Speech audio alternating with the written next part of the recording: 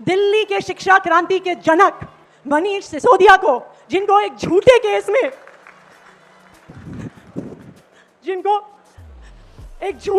में 17 महीने तक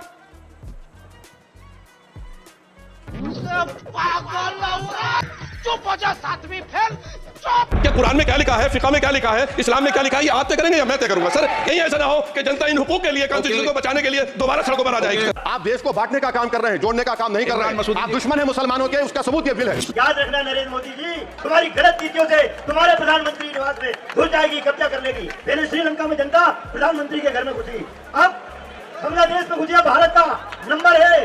जय हिंद, जय मातृभूमि। नमस्कार दोस्तों, पावर पैनल के एक नए वीडियो में आपका स्वागत है। दोस्तों आज एक मस्त वीडियो लेकर आ गया हूँ, अंत तक जरूर देखिएगा। दोस्तों आज की डिबेट बहुत शानदार होने वाली है, वीडियो को अंत तक जरूर देखना। एंड डिबेट के बारे में आपकी क्या राय है कमेंट में जरूर बताना। चलिए शुरू करते हैं। सिद्धार्थ यादव जी, आतिशी जी रो रही हैं और कह रही है कि 17 महीने तक अन्याय हुआ, 17 महीने के बाद इंसाफ हुआ है। क्या कहना चाहते हैं आप? देखिए अमीश जी, आतिशी जी के रोने का कारण क्या है वो तो मैं नहीं जानता। कारण तो बहुत हो सकते हैं, क्योंकि जिस प्रकार का पावर टसल चल रहा है आम आदमी पार्टी के अंदर, पता नहीं किसकी कुर्सी जाएगी, किसकी आएगी, किसके चक्कर का क्या रियल कारण है। पर जो आज कोर्ट का ऑर्डर आया और उसकी जो प्रतिक्रिया आम आदमी पार्टी दे रही है वो देखना बड़ा दिलचस्प है। क्योंकि जो आम आदमी पार्टी की नीति रही कि अच्छा अच्छा गबगब और कड़वा कड़वा थू थू, जब इनको बेल डिनाई हुआ करती थी 17 बार, जब बार बार बेल डिनाई करी गई, तब इन्हें आम आदमी पार्टी वाले क्या ट्वीट करते थे? इन्हें एक आर्टिकल ट्वीट किया था, इन्होंने कहा पंचायती justice, Supreme Court reasons to deny Sisodia bail make no sense at all.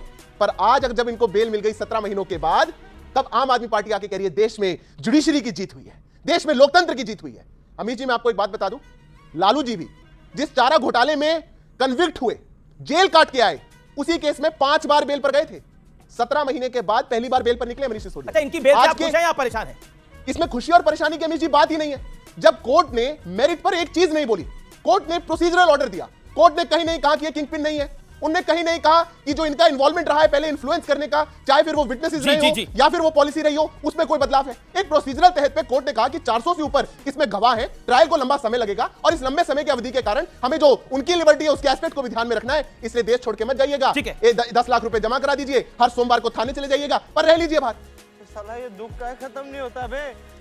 इस ऑर्डर में आनंद जो ले रही है आम आदमी पार्टी, ये कहीं से भी इनके दामन को पाक साफ नहीं करती। ये इतिहास है और ये दिल्ली की सच्चाई है कि जो पार्टी करप्शन के खिलाफ बोल करके आई थी वो आज करप्शन में दागदार है। आज भी अरविंद केजरीवाल अंदर है, आज भी सत्येंद्र जैन अंदर है, मनीष सिसोदिया बाहर आए हैं, स्वागत कर लीजिए। पर ये जो चोगा पहन के घूमना चाहते हैं कि हम भ्रष्टाचार मुक्त हो चुके, वो चोगा देश की जनता आपको नहीं पहनाएगी। क्या बेल से बेदाग हो जाएंगे भ्रष्टाचार के दाग?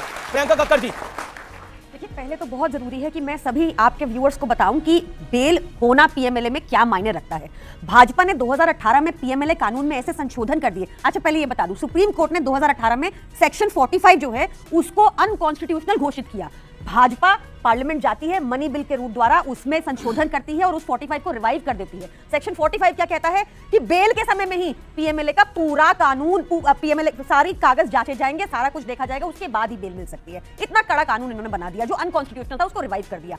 आज जो बेल मिली है आपको, बहुत सिलेक्टेड पार्ट भाजपाई है, क्या करेंगे? सिलेक्टेड पार्ट इन्होंने कोर्ट का बता दिया, पर ये नहीं बताया, कोर्ट ने ये भी कहा कि जेल में रखना क्यों है। आप बताइए, अगर जांच चल रही है, एक प्रमाण नहीं मिला, प्रधानमंत्री मोदी कहते हैं कहीं चवन्नी नहीं मिली, उसके बाद इनको 17 महीने जेल में रखना क्यों था? वो 17 महीने कौन लौटाएगा? इन्होंने इसलिए ऐसा किया क्योंकि मनीष सिसोदिया जी वो व्यक्ति है जो 5:30-6 बजे उठकर स्कूलों में जाते थे, दौरा करते थे, वहां पर आज 18 लाख बच्चों के भविष्य को बदला गया। इनकी तरह नहीं। क्या हुआ दिल्ली में, क्या हुआ? हमने प्रूव करके दिखाया। मैडम, वो बच्चों का भविष्य बदलने के लिए नहीं, वो शराब घोटाले के अंदर शराब घोटाला क्या है? जनता माफ नहीं करेगी। शराब घोटाले के अंदर गए, एविडेंस मिला, कैसे चले गए? 17 महीने अंदर रखोगे बिना एविडेंस के, बिना जांच के, बिना कोर्ट गलत था 17 महीने तक जो बेल नहीं दे रहा था, और अब 17 महीने बाद बेल दे दिया तो सही है कोर्ट। आप सुनिए ना, मैं आपको वही बताइए, आप ध्यान सुनिएगा, बीच में रोकेगा मत। इन्होंने 2018 में पीएमएलए में संशोधन किए कि भाजपाइयों की बयानबाजी के आधार पर आप किसी को भी जेल में रख सकते हैं। ये मामला भी सुप्रीम कोर्ट में बैठेगा। ये बताइए, शरद रेड्डी का भी जवाब दीजिएगा। 60 करोड़, हाँ शरद रेड्डी का भी जवाब दीजिएगा। 60 करोड़ जो भाजपा को पहुंचे, उसके बाद वो किंगपिन नहीं रहे, उसके बाद उनको बेल मिल गई, ये भी कैसे हुआ समझाइएगा। मैं छोटा सा जवाब देता हूं। बार बार आम आदमी पार्टी जिस टीवी शो पे जाती है कहती है पीएमएलए में बदलाव हुआ इसलिए 17 महीने अंदर थे, पीएमएलए में ऐसा हुआ। हेमंत सोरेन कैसे आ गए बाहर? पहले देश में अदालतें हैं, अदालतें हर केस को केस टू केस बेसिस में सुनती हैं, केस टू केस बेसिस में असेस किया जाता है कितने गवाह हैं आपके खिलाफ, कितने सबूत हैं आपके खिलाफ। आपके व्हाट्सएप में देश प्रदेश की आबकारी नीति जो बदलाव होने थे, वो आबकारी नीति किसी के व्हाट्सएप में पहले मिल गई और आप कह रहे हैं सबूत नहीं है। आज के ऑर्डर में दिखाइए, आज के ऑर्डर में दिखाइए कहां कहां कोर्ट ने कोई सबूत नहीं मिला, कहीं नहीं कहा। उन्होंने प्रोसीजरली कहा, मैं आपके बीच में नहीं बोला था, उन्होंने प्रोसीजरली कहा कि चूंकि अब जांच आगे बढ़ चुकी है, जांच अब 17 महीने के बाद है, सारे जो गवाह थे, सारे जो दस्तावेज है ऑन रिकॉर्ड आ चुके हैं, पोजीशन में आ चुके हैं, तो मनीष जी को बाहर छोड़ा। लेकिन अभी देखिए, अभी आप लोगों के लिए प्रॉब्लम यह है कि 15 अगस्त पे झंडा कौन फहराएगा, आतिशी जी फहराएंगे या कौन फहराएगा, ये भी तो चिंता आपकी पार्टी में चल रही है। बड़ा हरामी हो बेटा। कुछ नहीं, आपको ये पकड़ना पड़ेगा भाजपा को। सुनिए, इंपॉर्टेंट मुद्दा, क्योंकि लॉ कानून कैसे इन्होंने अपनी मुट्ठी में पपेट बना रखा है, इसलिए पूछिए इनसे। अभी कह रहे व्हाट्सएप से सबूत आ गया, पहले कहते सारे फोन डिस्ट्रॉय कर दिए, क्या सच है? फोन डिस्ट्रॉय हुए कि व्हाट्सएप से सबूत आ गए? ये ऐसा ही करते हैं। यही प्रॉब्लम है। आप बस एक सेकंड लूंगा, फोन दुनिया में कोई एक ही थोड़ी है, 90 तो इनके पकड़े गए।